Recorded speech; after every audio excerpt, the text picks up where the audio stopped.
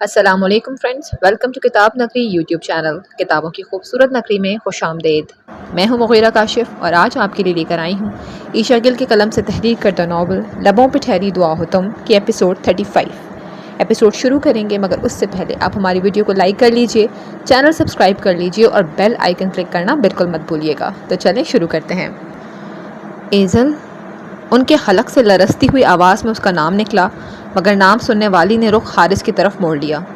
صحیح کہا آپ نے حارث بھائی کہ جس انسان کو زہر دے دیا جائے وہ فقط مرنے یا پھر بچ جانے کے معجزے کا منتظر ہوتا ہے۔ وہ بولی بھی تو کیا؟ ایزل، وہ تڑپ کر اسے پکارتے بے تابی سے اس کی طرف بڑھے۔ نہیں فارس صاحب، وہیں رک جائیں، ہرگز آگے مت آئیے گا۔ وہ جلدی سے ہاتھ اٹھا کر حکمانہ لہجے میں انہیں روک گئی اور وہ بھی اس حکم پہ وہیں برف بن کر جم گئے۔ ایزل، میں نہیں ہوں، میں آپ کی ایزل۔ مار دیا آج آپ نے اس ایزل کو۔ آج نہیں فارس صاحب، آج اپنی اس زبان سے میرا نام لے کر خدا را اس کی توہین مت کیجیے گا۔ کھو چکے ہیں آپ یہ حق، انفیکٹ آج آپ تمام تر حق کھو چکے ہیں۔ وہ جواباً چلا اٹھی تھی۔ ایزل، لسن ٹو می، انہوں نے بہت صلحجو انداز میں اسے مخاطب کیا۔ سنیں گے تو آج آپ مجھے۔ وہ دہلیز پار کیے اندر چلی آئی۔ مگر پہلے تم میری بات سنا نہیں تم نے فارس؟ اس نے کہا، آج وہ بولے گی اور تم سنو گے۔ اور ویسے کیا کہہ رہے تھے تم کہ کسی کے لم سے تمہیں ایک انجانی سے مسرت ہوئی، کسی کے آنسو پہنچنے پہ تمہیں راحت ملی، کچھ ایسا ہی کہ… اس سے قبل کہ وہ ایزل کی طرف بڑھتے حارث ان کی راہ میں حائل ہوا اور آخری جملے دانستہ بولا، جبکہ وہ سب جو ایزل نے پہلے نہ سنا اب حارث کے منہ سے سن کر تکلیف سوا ہوئی، دل جل کر راکھ ہوا۔ تم بیچ میں مت آؤ حارث۔ وہ اسے بیچ میں ٹوکتے اس پہ دھاڑ اٹھے۔ آخر کو یہ سارا کام اسے سمجھانے کے چکر میں ہی خراب ہوا تھا۔ نہ وہ اس سے یہ جھوٹی باتیں کرتے، نہ ایزل پھر سے ان کے خلاف ہوتی، مگر انہیں کیا معلوم تھا کہ وہ یہ سب سن لے گی۔ پر اس وقت حارث پہ طیش آ رہا تھا۔ میں بیچ میں نہ آیا تو کہیں خون خرابہ نہ ہو جائے۔ میرا مطلب ہے کہ اسے منانے کے چکر میں اپنا زخم خراب نہ کر لینا۔ کہیں زخم لے ڈوبا تو اگلے جہاں نہ سدھار جاؤ، اور پھر وہ جو تمہاری منگیتر ہے وہ بیوی بننے سے قبل ہی بیوہ نہ ہو جائے، اور اس کا یہ غم بھلا میں کیسے سہ پاؤں گا؟ تمہیں کچھ ہو گیا تو میں ہوں نا، میں اسے سہارا دوں گا تاکہ تمہاری روح کو اسے خوش دیکھ کر سکون ملتا رہے۔ وہ دانستہ کمینے پن سے گویا ہوا، لہجہ خاصا دھیما تھا کہ صرف وہی سن پائے۔ فی الحال مجھے تمہاری کسی بکواس میں انٹرسٹ نہیں ہے، سامنے سے ہٹو۔ وہ دبا دبا سا غر رائے۔ مگر مجھے تمہارے بعد تمہارے چھوڑے رشتے میں بہت انٹرسٹ رہے گا۔ وہ پھر بھی باز نہ آیا۔ آخر کیا چاہتے ہو تم؟ ایک بار سمجھ میں نہیں آ رہا کہ مجھے اور ایزل کو اکیلا چھوڑ دو، جاؤ یہاں سے۔ انہوں نے دھکا دے کر حارث کو پیچھے ہٹایا۔ نہیں حارث بھائی، آپ کو کہیں جانے کی ضرورت نہیں۔ آپ بھی تو جانیں اپنے دوست کی منافق پرستی کو۔ آپ کے سامنے بھی تو پردہ اٹھے ان کے دوکھلے پن کا۔ اس سے قبل کہ حارث جاتا، ایزل نے ایک بازو ان کے سامنے پھیلا کر اسے روک لیا، جبکہ آغا فارس اسے بھیجنے کے درپے تھے، کیونکہ جب تک وہ نہ جاتا وہ اسے کھل کر کیسے بتاتے کہ یہ سب صرف حارث کے سامنے ایک پلان کے تحت بولا، ورنہ وہ دوسری بار اس کا دل توڑنے کا سوچ بھی نہیں سکتے۔ ہاں تو میرے پیارے آغا جان، کیا کہہ رہے تھے آپ میرے بارے میں؟ کہ میں ناسمجھ ہوں، پاگل ہوں، چھوٹی بچی ہوں، دماغ خراب ہے میرا، اور آپ کو ساری دنیا کی لڑکیوں سے محبت ہو سکتی ہے مگر مجھ سے ہرگز نہیں، یہی کہا نا آپ نے؟ وہ سب تو میں نے… وہ جلدی میں بولتے بولتے رک گئے۔ ہاں بولو نا، وہ سب تو کیا فارس؟ حارث کی گہری زخمی نگاہیں انہی پہ جمی ہوئی تھیں۔ Can you please leave us alone? وہ چلائے۔ اوکے فائن، جا رہا ہوں، مگر جاتے جاتے بتاتا چلوں کہ… وہ رکا، چند قدم آگے بڑھا اور پھر ان کے کان سے لب جوڑتا سرگوشی بھرے انداز میں بولا کہ پچھلے آدھے گھنٹے سے مجھ پہ کی محنت کو تم نے لمحے بھر میں خاک میں ملا دیا۔ اداکاری اچھی کر لیتے ہو، مگر افسوس ہوا کہ اس اداکاری کا میرے سامنے بھانڈا پھوٹ گیا، اور وہ بھی اتنی بری طرح۔ اب اسے منا لینا، ورنہ میری طرف سے تو سب بے فائدہ ہوا ہی، اس طرف سے بھی خالی ہاتھ رہ جاؤ گے۔ افسوس بھرے لہجے میں وہ اسے بتلا گیا کہ ایزل کو دیکھتے ہی ان کے چہرے کا رنگ فق ہو جانا اسے ان کی ساری گیم سمجھا گیا۔ وہ سمجھ گیا کہ اس سے کہیں ایک ایک بات جھوٹی تھی۔ ایزل کی غیر موجودگی میں اس کی بڑھ چڑھ کر مخالفت کرنا، مگر اسے دیکھتے ہی پلٹا کھا جانا، اس پہ ان کے دھوکے کو ظاہر کر گیا جو وہ اسے دے رہے تھے اپنی باتوں سے۔ مگر پھر بھی ایزل سے ہٹ کر اس نے انم کے لیے کہی ان کی باتوں کی صداقت کو جاننا چاہا، تبھی زخم کے بہانے دو چار ایسی باتیں لگا دی جو عام حالات میں وہ بولنے کا سوچ بھی نہیں سکتا تھا، مگر اس کے توقع کے مطابق آغا فارس نے کوئی خاص رد عمل نہ دیا۔ حالانکہ جس سے محبت ہو اس کے لیے کسی دوسرے کے منہ سے ایسی بات سن کر سیدھا سیدھا اس کا گریبان پکڑنا بنتا تھا، اور حارث نے بھی یہی سوچ رکھا تھا کہ اگر وہ اپنی باتوں میں اتنے ہی سچے ہیں تو وہ ضرور اس کی انم کے لیے کہی ایسی باتوں میں اس کا منہ توڑ ڈالیں گے، مگر ایسا کچھ نہ ہوا۔ اگر ان کے احساسات واقعی اپنی منگیتر کے لیے بدل رہے ہیں تو وہ ضرور سخت قسم کا رد عمل ظاہر کریں گے، مگر جب نہ کیا تو حارث کو اپنے سارے جواب مل گئے، اور اپنی ساری محنت لمحے بھر میں فلاپ ہونے پہ وہ اس وقت بتا نہیں سکتے تھے ان کی کیا حالت تھی۔ اچھا بھلا سب صحیح جا رہا تھا، مگر عین وقت پہ ایزل کی انٹری نے سب کیے کرائے پہ پانی پھیر ڈالا، بلکہ سارے معاملے کا کباڑہ کر ڈالا۔ اب انہیں سمجھ نہیں آ رہی تھی کہ آخر کیا کریں۔ مجھے چلنا چاہیے ایزل، مجھے جاننے کی ضرورت نہیں، کیونکہ اپنے دوست کے سارے روپ میں آلریڈی دیکھ چکا ہوں۔ وہ ایک حموزت بھری نگاہ آغا فارس پہ ڈالنے کے بعد ایک ترہم بھری نگاہ ایزل پہ بھی ڈالے کمرے سے نکل گیا۔ ایزل، اب میری بات سنو، تم نے جو کچھ بھی سنا وہ سچ نہیں ہے۔ وہ آگے بڑھے اور اسے شانوں سے تھام کر بولے، سیریسلی؟ میرے وجود کی دھجیاں اڑانے کے بعد اب آپ کہہ رہے ہیں کہ وہ سب جھوٹ تھا؟ وہ چند قدم پیچھے ہٹی تو ان کے ہاتھ خلا میں ٹھہرے رہ گئے۔ ہاں جھوٹ تھا، وہ سب دل سے تھوڑی نہ کہا تھا میں نے، انہوں نے پر یقین لہجے میں کہا۔ چلیں فرض کریں کہ مان لیا سب جھوٹ تھا، مگر جھوٹ میں بھی آپ میری ذات کو اتنی بے دردی سے کیسے رون سکتے ہیں؟ آپ کی منگیتر میچورڈ ہے اور میں ایک اممیچورڈ اسٹوپڈ لڑکی؟ ان میں شرم ہے، لحاظ ہے، حیا ہے، اور میں بے شرم، اتنی بے شرم کہ حیا کے سارے پردے گرا چکی ہوں، ہے نا؟ وہ درستی سے بولی تو انہوں نے درد سے اپنی آنکھیں میچیں۔ میرے جیسی بےہودہ لباس پہننے والی، بےہودہ باتیں کرنے والی لڑکی کو اپنی بیوی کے طور پہ سوچنے سے قبل آپ کانوں کو لگا کر توبہ کرنا پسند کریں گے؟ کچھ ایسا ہی کہا تھا ابھی آپ نے۔ وہ تاک انہی کے لفظوں کے تیر انہی پہ واپس برسا رہی تھی، مگر خود اس کا اپنا حال اس وقت دیکھنے لائق تھا۔ تم مجھے ایک بار بولنے کا موقع دو تو میں تمہیں بتاؤں کہ ابھی میری بات مکمل نہیں ہوئی۔ وہ ہاتھ اٹھا کر سختی سے انہیں روک گئی۔ اور کیا کہہ رہے تھے؟ کہ 2-4 دن کی محبت ہے یہ، جب آپ کی شادی ہو گئی تو سارے جذبے جھاگ کی طرح بیٹھ جائیں گے۔ صحیح کہا حارث بھائی نے کہ آپ جیسا سفاک کوئی نہیں۔ یو نو واٹ، آپ ایک دھوکے باز اور خود غرض انسان ہیں۔ میں تو بچی ہوں نا، اگر صحیح وقت پہ شادی ہوئی ہوتی آپ کی تو اب تک میری عمر کی آپ کی بیٹی ہوتی۔ وہ کب سے انہی کے کہے الفاظ ان کے سامنے دہرا رہی تھی۔ سمجھنے کی کوشش کرو ایزل، یہ سب فقط میں حارث کو سنانے کے لیے کہہ رہا تھا۔ ایک بار سن تو لو کہ ایسا کیوں کہہ رہا تھا۔ وہ بہت نرمی سے بولے۔ امید تھی اس کے بعد وہ رک جائے گی، مگر وہ مزید پھٹ پڑی۔ کچھ نہیں سننا مجھے، کسی کو بھی سنانے کے لیے آپ میری ذات کی دھجیاں اڑانا شروع کر دیں گے، مجھے بے شرم بنا ڈالیں گے، میرے جذبوں کا بے مہری سے خون کر ڈالیں گے، فقط کسی کو سنانے کے لیے۔ شرم تو نہیں آتی آپ کو؟ بالکل نہیں آتی نا کہ ایک لڑکی کے بارے میں آپ کسی دوسرے کے سامنے کیسے کیسے الفاظ استعمال کر کے اس کے جذبات کے ساتھ کھیل کھیل رہے تھے۔ وہ گلا پھاڑے چلائی تھی۔ دیکھو ایزل، میں مانتا ہوں مجھے وہ سب نہیں کہنا چاہیے تھا، میں تم سے بہت شرمندہ ہوں، مگر سچ یہی ہے کہ میں نے وہ سب دل سے نہیں کہا۔ وہ بے پھری شیرنی بنی کھڑی تھی، مگر وہ پھر بھی اس کے شانوں کو آہستگی سے تھام کر بہت نرمی سے گویا ہوئے۔ اوہ جسٹ شٹ اپ مسٹر فارس۔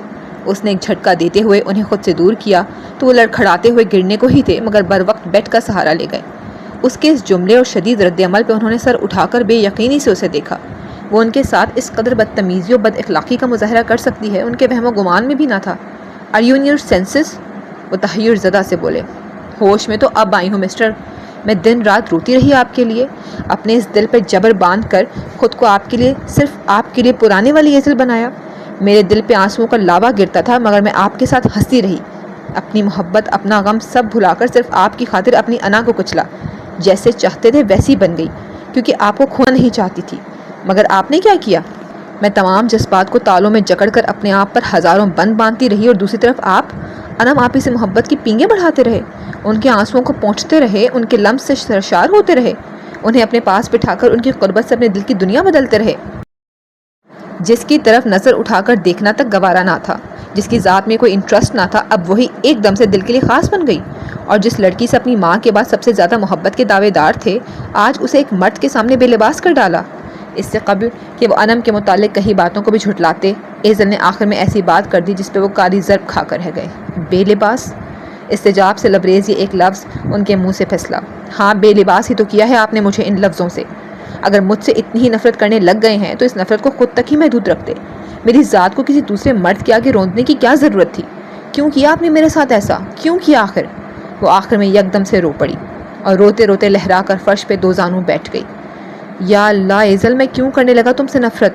میں تمہیں یوں بے لباس کرنے کا سوچ بھی نہیں سکتا، اور مجھے انم سے بالکل بھی دور ہٹے، مجھ سے ہاتھ مت لگانا مجھے۔ ان کی بات پوری ہونے سے قبل ہی وہ وحشیانہ پن سے چلا اٹھی، تو وہ جو اس کی آنکھوں کی طرف ہاتھ لے جا رہے تھے، اس کے دیوانہ وار چلانے پر ڈر کر وہیں رک گئے۔ ہاتھ مت لگانا مجھے، مت چھونا ان ہاتھوں سے جن سے میری بہن کے لمس کو محسوس کرتے رہے، مت پہنچنا ان ہاتھوں سے میرے آنسو جن سے میری بہن کے آنسوؤں کو چنتے رہے۔ وہ پرے تھے، پھر بھی وہ ان سے دور ہٹتی اٹھ کھڑی ہوئی۔ یو نو واٹ، آپ ایک دھوکے باز، منافق پرست اور گھٹیا انسان ہیں۔ ایک طرف آپ ہی سے محبتیں لٹاتے ہیں تو دوسری طرف مجھے ہر چیز سے انجان رکھ کر فریب کاری کرتے ہیں۔ یہ سراسر الزام تھا ان پہ اور وہ سب کلیئر بھی کرنا چاہتے تھے، مگر وہ اس وقت اتنے غصے میں تھی کہ ان کے منہ سے ایک لفظ تک سننے کی روادار نہ تھی۔ وہ اٹھے، اس کے پاس ہوئے، مگر وہ بدک کر پیچھے ہٹ گئی۔ صحیح کہا تھا آپ نے کہ میں بے وقوف ہوں، پاگل ہوں، مگر نہیں، اب مزید بے وقوفی نہیں کروں گی۔ اب آپ چاہے انم آپی سے محبت کا دعویٰ کریں یا دنیا کی کسی بھی لڑکی سے، مگر مجھے فرق نہیں پڑتا۔ آپ کو آپ کی انم مبارک ہو، مگر آج سے یہ ایزل مر گئی آپ کے لیے۔ سنا آپ نے؟ آپ میرے لیے مر گئے اور میں آپ کے لیے مر گئی۔ چہرہ ان کے چہرے کے عین قریب لاتی، وہ ایک ایک لفظ پہ زور دیتی، چنگھاڑ کر بولی، اور ایک تنفر بھری نگاہ ان کے ہکا بکا سے چہرے پہ ڈال کر دروازے کی طرف پلٹی۔ ایزل رکو، تم ایسے نہیں جا سکتی ایزل۔ وہ بھی اس کے پیچھے لپکے تھے، مگر وہ کہاں رکنے والی تھی۔ تم میری بات سنے بغیر نہیں جا سکتی، مجھے میری صفائی میں بولنے کا موقع تو دو۔ انہوں نے اس کی کلائی جکڑ لی۔ اب کہنے سننے کو کچھ باقی نہیں بچا۔ آج سے آپ کا اور میرا ہر ناطہ ختم، اور اگر یہ میرے جیتے جی ختم نہ ہوا تو فکر نہ کریں، اسے مر کر ضرور ختم کر دوں گی۔ زہر اگلتی ایک جھٹکے سے اپنی کلائی آزاد کرواتی، وہ برق کی تیزی سے وہاں سے بھاگ نکلی۔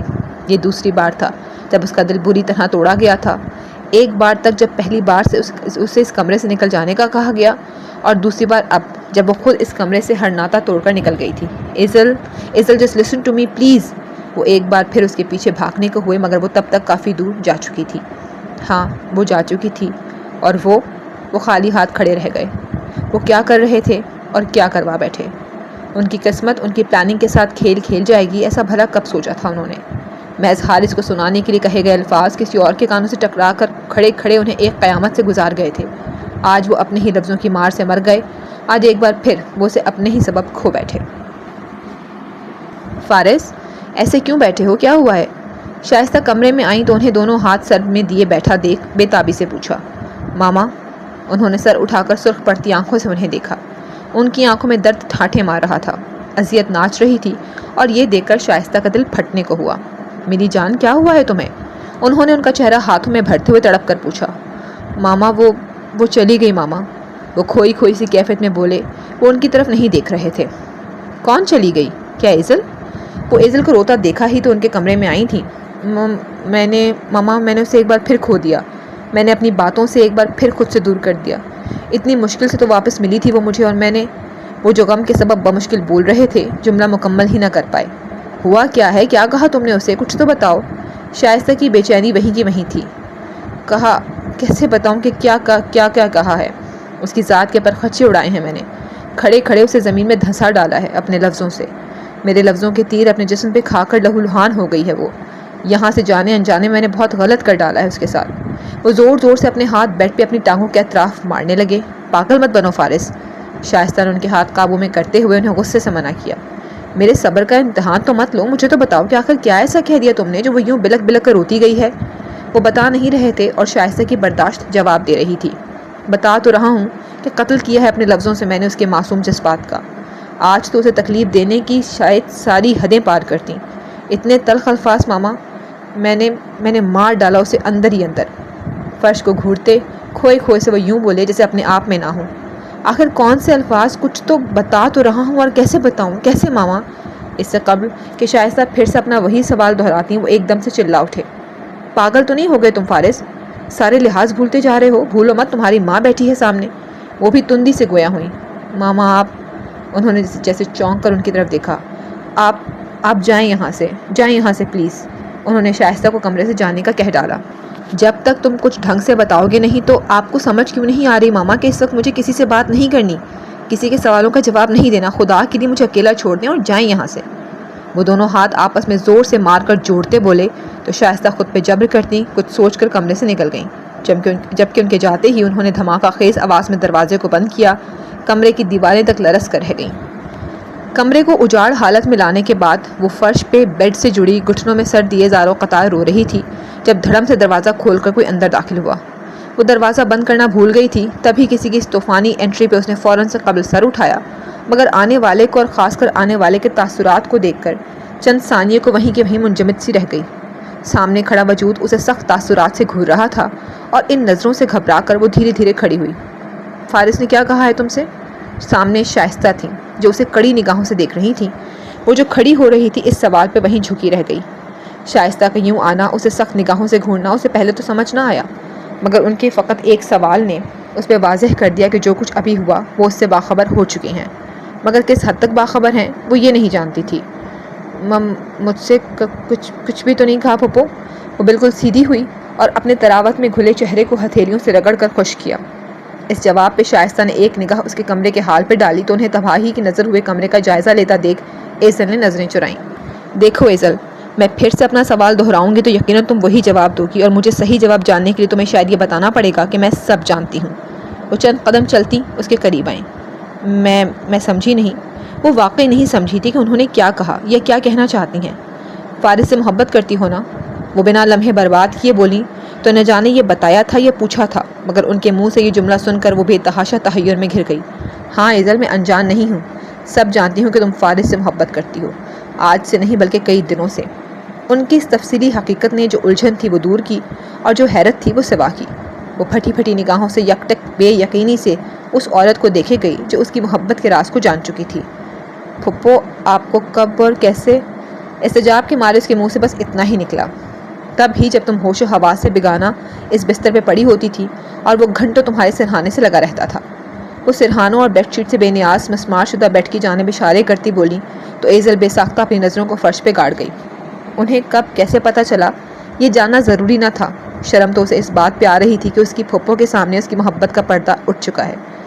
پھپھو، مجھے نہیں پتہ یہ سب کب اور کیسے ہو گیا، مگر میں ان سے، وہ جو کہنے کو تھی کہ مگر میں ان سے بے پناہ محبت کرتی ہوں، وہیں لب سی گئی۔ وہ بہت برے ہیں، بہت زیادہ برے۔ کہنا کیا تھا اور کیا کہہ کر ہاتھوں میں منہ چھپائے رو پڑی۔ شائستہ نے ایک افسوس بھری نگاہ اس پہ ڈالی اور اسے لیے بیڈ پہ بیٹھ گئیں۔ ایزل گڑیا، میں یہاں تمہیں سمجھانے آئی ہوں، مگر اس سے قبل میں یہ جاننا چاہتی ہوں کہ فارس نے آج ایسا کیا کہا ہے تم سے کہ تم نے اپنا اور کمرے کا یہ حال کر ڈالا؟ اتنا تو وہ جانتی تھی کہ ضرور تلخ لفظوں کا استعمال کیا ہے، مگر یہ نہیں جانتی تھی کہ کون سے تلخ الفاظ۔ جواباً ایزل نے ان کی طرف بھیگی آنکھوں سے دیکھا اور ہمت کرتے ہوئے آغا فارس کا کہا ایک ایک لفظ الف سے یہ سب بتا گئی، لیکن اگر کچھ نہیں بتایا تھا تو ان کی انم کے لیے پسندیدگی۔ انم کے متعلق انہوں نے حارث سے جو بھی باتیں کی ان سب کو وہ اپنے دل میں دبا گئی۔ شائستہ نے اس کی ساری باتیں خاموشی اور غور سے سنی اور پھر ایک لمبی سانس بھر کر خارج کرتے ہوئے خود کو اسے سمجھانے کے لیے تیار کیا۔ ایزل بیٹا، اب جو میں تم سے کہنے جا رہی ہوں اسے دھیان سے سننا اور سمجھنا۔ انہوں نے ایزل کا آنسوؤں سے بھرتا ہاتھ جو چہرے کے عین تلے تھا تھاما اور نرمی سے گویا ہوئیں۔ تمہیں شاید میری اس بات سے تکلیف پہنچے، مگر میرا ماننا ہے کہ فارس نے جو بھی کہا بالکل ٹھیک کہا۔ اس بات پہ ایزل نے جھکا ہوا سر ایک جھٹکے سے اٹھا کر انہیں بے یقینی سے دیکھا۔ پھپھو، ٹوٹا پھوٹا سا ایک لفظ اس کے منہ سے نکلا۔ بیٹا، یہ تمہاری عمر واقعی نہیں ہے ان کاموں میں پڑنے کی، اپنی پڑھائی پہ توجہ دو، اپنے کیریئر کا سوچو۔ اعجاز اور نادیہ تم سے پہ امیدیں لگائے بیٹھے ہیں کہ تم اچھا پڑھ لکھ کر اس قابل بنو گی کہ ایک دن ان کی چھوڑی جگہ پہ بیٹھ سکو، ان کا بزنس سنبھال سکو تاکہ وہ تمہیں فخر کی نگاہ سے دیکھیں، مگر تم کیا کر رہی ہو؟ ابھی جوانی صحیح سے آئی نہیں کہ تم نے جذبات ابھارنا شروع کر دیے۔ یہ وہ کیا کہہ رہی تھیں، کیوں کہہ رہی تھیں؟ غور کرو، سمجھو کہ فارس تو کہیں بھی غلط نہیں ہے۔ یہ 2-4 دن کی محبت کے پیچھے کیوں اپنا آپ ہلکان کر رہی ہو؟ اس عمر میں جذبات بہت جوش مارتے ہیں، کچھ سال گزرنے دو، پھر دیکھنا خود پہ حیران ہوگی کہ جذبات میں آ کر کیا پاگل پن کرتی رہی، بعد میں کیوں پچھتانا۔ ایزل، ابھی سے سمجھ جاؤ۔ انہوں نے بہت شفقت سے کہتے ہوئے اس کا ہاتھ دبایا۔ آپ کو بھی یہ لگتا ہے کہ یہ محبت نہیں بس وقتی جذبہ ہے؟ آپ کو بھی میری آنکھوں سے چھلکتے جسموں کی سچائی دکھائی نہیں دیتی؟ آخر کیوں پھپھو؟ میری محبت کو آخر کیوں یہ سب سہنا پڑ رہا ہے؟ آخر کیوں آغا اور آپ کو غلط لگ رہا ہے؟ کوئی مجھے کیوں نہیں سمجھتا؟ کیوں پھپھو؟ وہ روندھی ہوئی آواز میں پرزور لفظوں سے بولی تو شائستہ نے ان کے سر پہ محبت سے ہاتھ پھیرا۔ سمجھنے کی ضرورت ہمیں نہیں بلکہ تمہیں ہے ایزل۔ فارس تمہارا ہونے والا بہنوئی ہے، اور یہ بات تم جتنی جلدی قبول کر لو تمہارے لیے اتنا ہی اچھا ہے۔ سوچو ذرا، اگر انم کو یہ بات پتہ چل گئی تو کتنی تکلیف ہوگی اسے۔ جانتی ہو نا فارس کو کتنا چاہتی ہے وہ، اس لیے اپنے جذبات پہ قابو رکھنا سیکھو، ابھی تمہاری عمر نہیں ہے روک پالنے کی۔ اب کی بار ان کا لہجہ ذرا رعبدار ہوا تھا۔ ان کی چاہ پھپھو، ان کی چاہ کی اتنی قدر اور میری چاہ کا کیا؟ میرے احساسات کی کوئی قدر نہیں، آپ ہی کا سب کو ہی خیال ہے، مگر میری تکلیف سے کسی کو سروکار نہیں۔ کیوں پھپھو؟ وہ نرمی سے ان کا ہاتھ اپنے سر سے ہٹا کر شکوہ بھرے لہجے میں بولی۔ اسے نہیں چاہیے تھا یہ شفقت بھرا ہاتھ، جب سامنے بیٹھے وجود کے دل میں ہی اس کے جذبوں کی قدر نہیں تو پھر اس لمس کا کیا کرتی؟ یہ تو منافقت تھی۔ لمس اور قول میں سراسر تضاد۔ بیٹا، تمہاری آپ ہی کی عمر ہے شادی کی، اپنا گھر بسانے کی، اسے اور فارس کو ان کی زندگی جینے دو اور تم اپنی زندگی جیو۔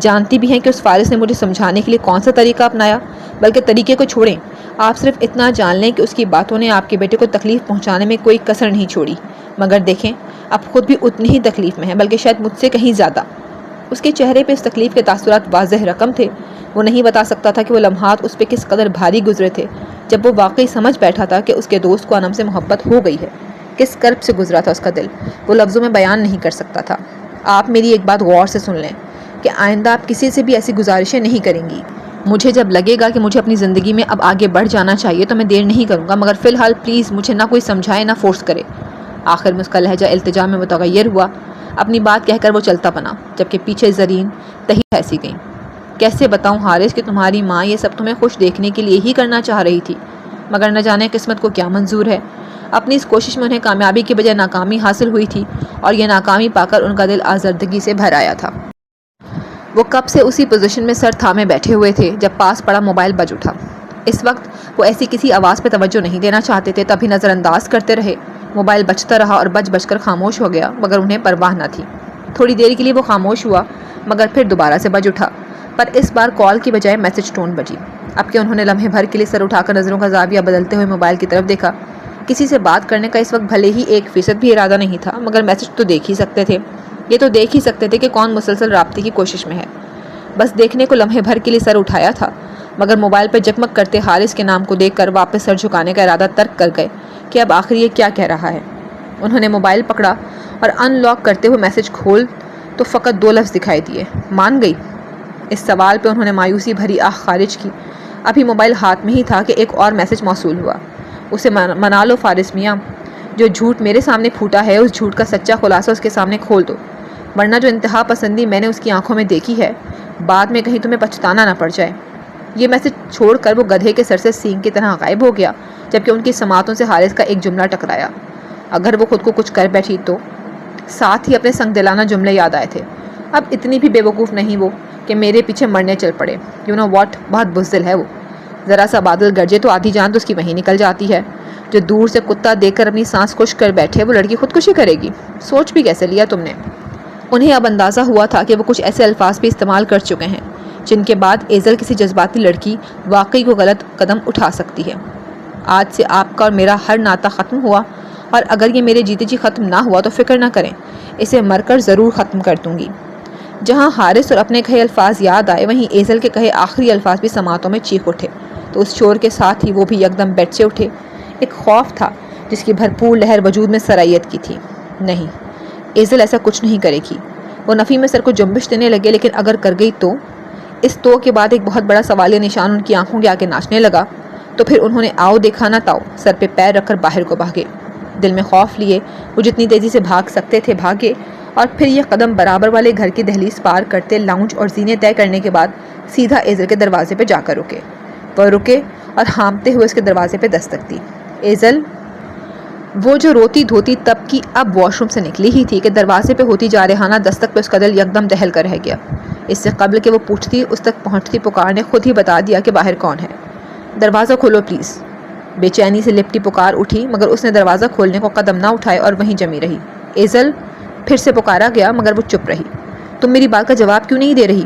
انہوں نے پھر سے بھاری ہاتھوں کی زوردار دستک دی، اور اب کی بار ایزل نے اپنے بھیگے چہرے کو خشک کرتے ہوئے اس پہ سخت تاثرات سجائے قدم اٹھائے۔ ایزل، تم مجھے سن رہی ہو نا؟ ایک بار مجھے بتا دو کہ تم ٹھیک ہو۔ میں تنگ نہیں کروں گا، چلا جاؤں گا، مگر پلیز کوئی جواب تو دو۔ وہ منت طلب لہجے میں بولے تو ایزل نے ایک جھٹکے سے دروازہ کھولا۔ دروازہ کھلا، ان کی ایزل پہ نظر پڑی اور ان کی اٹکی ہوئی سانس بحال ہوئی، گویا جان میں جان آئی۔ تھینک گاڈ تم ٹھیک ہو اور تم نے دروازہ تو کھولا۔ وہ شکرانے بھرے انداز میں کہتے اندر آنے لگے، مگر ایزل نے بنا کچھ کہے ان کے اٹھتے قدم کو وہیں روک دیا۔ اس کا ہاتھ اٹھا کر رک جانے کا اشارہ ہی کافی تھا۔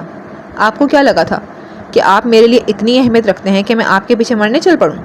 چند لمحے انہیں خاموشی سے تکتے رہنے کے بعد بسیلے لہجے میں بولی، تمہاری باتیں مجھے اس خوف میں مبتلا کر گئیں کہ کہیں تم خود کو کچھ وہ اپنا جملہ ادھورا چھوڑ گئے کہ یہ بولا تو دور یہ سوچ ہی ان کے لیے سہانے روح تھی۔ ہاں ہاں، کس قدر خوش فہمی میں مبتلا ہیں آپ۔ جواباً وہ ایک دم سے قہقہہ لگا کر ہنس پڑی، جبکہ اس کی آنسو چھلکاتی ہنسی پہ وہ مبہوت رہ گئے۔ آئی مین سیریسلی، آپ کو یہ لگتا ہے کہ ابھی بھی میں آپ کے لیے مر رہی ہوں؟ آپ کی محبت میں جان دے بیٹھوں گی، وہ بھی تب جب آپ کی نفرت مجھ پہ عیاں ہو چکی ہے۔ سچ میں کتنے خوش فہم ہیں آپ تو۔ وہ تمسخرانہ انداز میں بولی تو مقابل کھڑے وجود کو نہ جانے کیوں تکلیف ہوئی۔ میری جان نفرت نہیں کرتا میں تم سے، ایسا سوچ بھی مت پکارے مجھے ان ناموں سے، مت دکھائیں جھوٹا پیار۔ وہ محبت پاش لہجے میں بولے تو جواباً ایزل چلا اٹھی، یہ جھوٹا پیار نہیں ہے ایزل، اور پلیز آہستہ بولو۔ وہ یقین دلانے کو پھر سے گویا ہوئے اور اس سے آہستہ بولنے کی درخواست کی۔ کیوں بولوں میں آہستہ؟ میں تو چلاؤں گی، چلا چلا کر بولوں گی کہ آپ جھوٹے ہیں، مطلبی ہیں، منہ پہ کچھ اور بنتے ہیں اور دل میں کچھ اور رکھتے ہیں، منافق ہیں آپ۔ وہ اس بار دانستہ پہلے سے بھی زیادہ زور سے چلائی تھی۔ میں نے کوئی جھوٹ نہیں بولا تم سے، سوائے ان باتوں کے کچھ بھی جھوٹا نہیں تھا جو تم سن کر آئی ہو۔ اور دیکھو ہم یہ ناراضگی آرام سے بھی تو سلجھا سکتے ہیں، یوں شور کر کے سب کو باخبر کرنا ضروری ہے کیا؟ وہی سلحجو انداز، سب اپنی آنکھوں سے دیکھ اور ان کانوں سے سن کر آئی ہوں، آپ کا لہجہ بھی اچھے سے یاد ہے۔ اور رہی بات کسی کے سن لینے کی تو فکر مت کریں، کیونکہ جن کے سن لینے کا آپ کو ڈر کھائے جا رہا ہے نا، وہ تو گھر پہ ہیں ہی نہیں۔ وہ انڈائریکٹلی انہیں بزدلی کا دانہ دے رہی تھیں، کیونکہ وہ لڑکے ہو کر ڈر رہے تھے، جبکہ اسے لڑکی ہو کر کسی کی جان لینے کی پرواہ نہ تھی کہ ان کے بیچ کیا چل رہا ہے۔ ہر آنکھوں دیکھا اور کانوں سنا سچ نہیں ہوتا، ایک بار ٹھنڈے دماغ سے میری بات سننے اور سمجھنے کی کوشش تو کرو۔ وہ اس سے گزارش کر کر کے زچ ہونے لگے تھے۔ مجھے نہ ہی کچھ سننا ہے نہ ہی کچھ سمجھنا ہے، جتنا سننا تھا سن لیا، اس لیے اب آپ نکلیں یہاں سے، جائیں میرے روم سے۔ اس نے انگلی اٹھا کر ترشی سے انہیں یہاں سے نکل جانے کو کہا۔ تم ایسے مجھے نہیں نکال سکتی، میری بات سننی ہوگی تمہیں۔ وہ بھی اپنی جگہ جمے رہے، مگر ایزل بھی اس وقت لاوا بنی کھڑی تھی۔ ابھی تک تو صرف چلا رہی تھی، اگر وہ مزید ٹھہرتے تو پھٹ پڑتی۔ آپ کو سنائی نہیں دیا؟ میں نے کہا نکلیں یہاں سے، وہ وحشیانہ پن سے بولی اور ان دونوں ہاتھ ان کے سینے پر رکھتے ہوئے پوری قوت سے انہیں پرے دھکیل کر دھڑم سے دروازہ بند کیا۔ دروازے کو اپنے منہ پہ بند ہوتا دیکھ وہ فقط مٹھیاں بھینچ کے کچھ نہ کر سکتے۔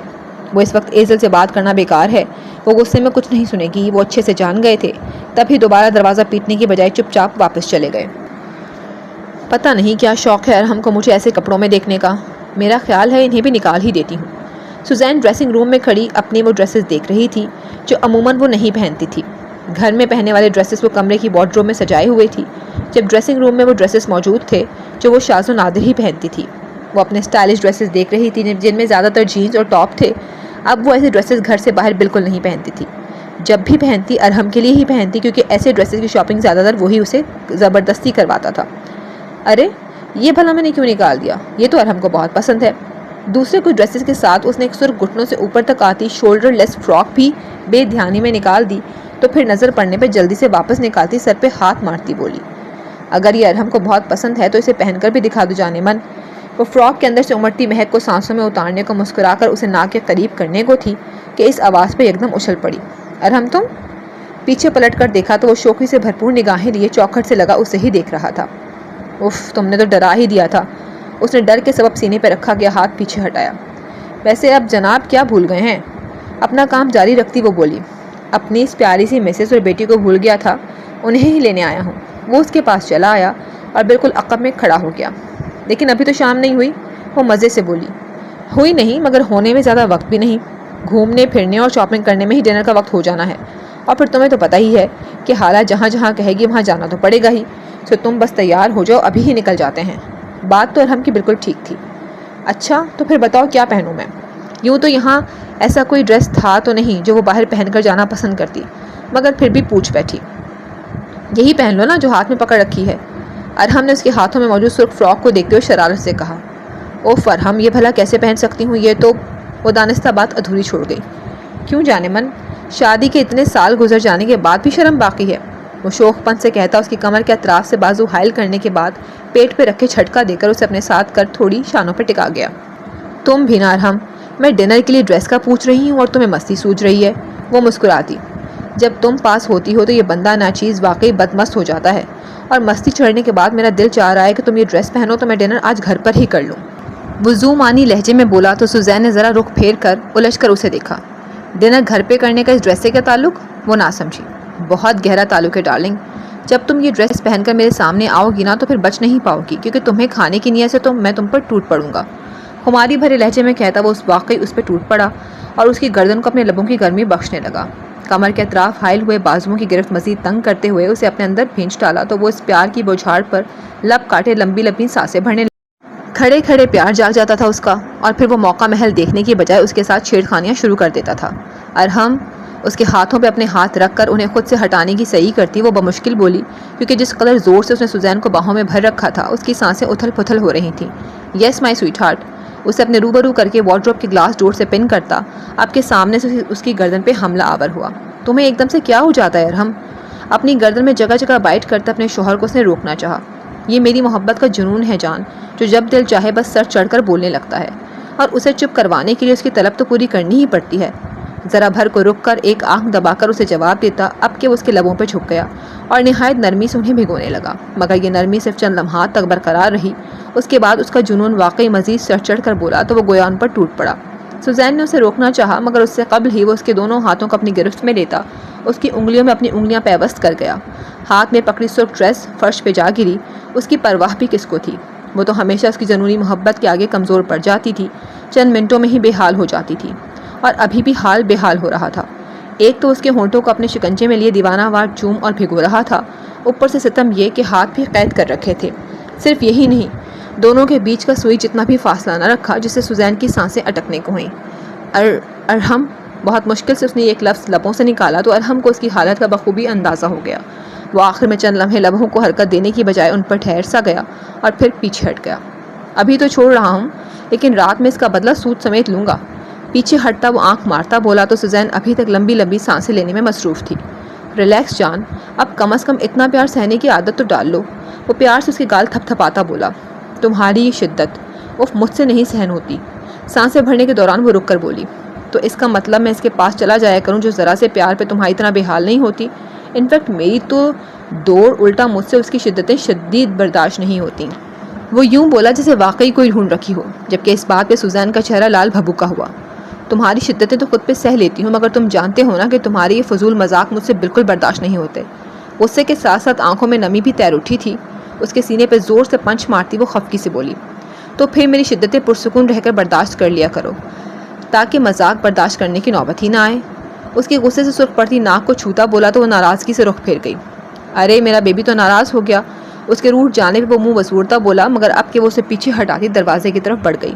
کہاں چل دی؟ ارے سنو تو۔ ارحم نے لپک کر پھر سے اسے اپنی باہوں کے حصار میں مقید کیا۔ بات مت کرو مجھ سے۔ نروٹھے پن سے وہ بولی تو ارحم مسکایا۔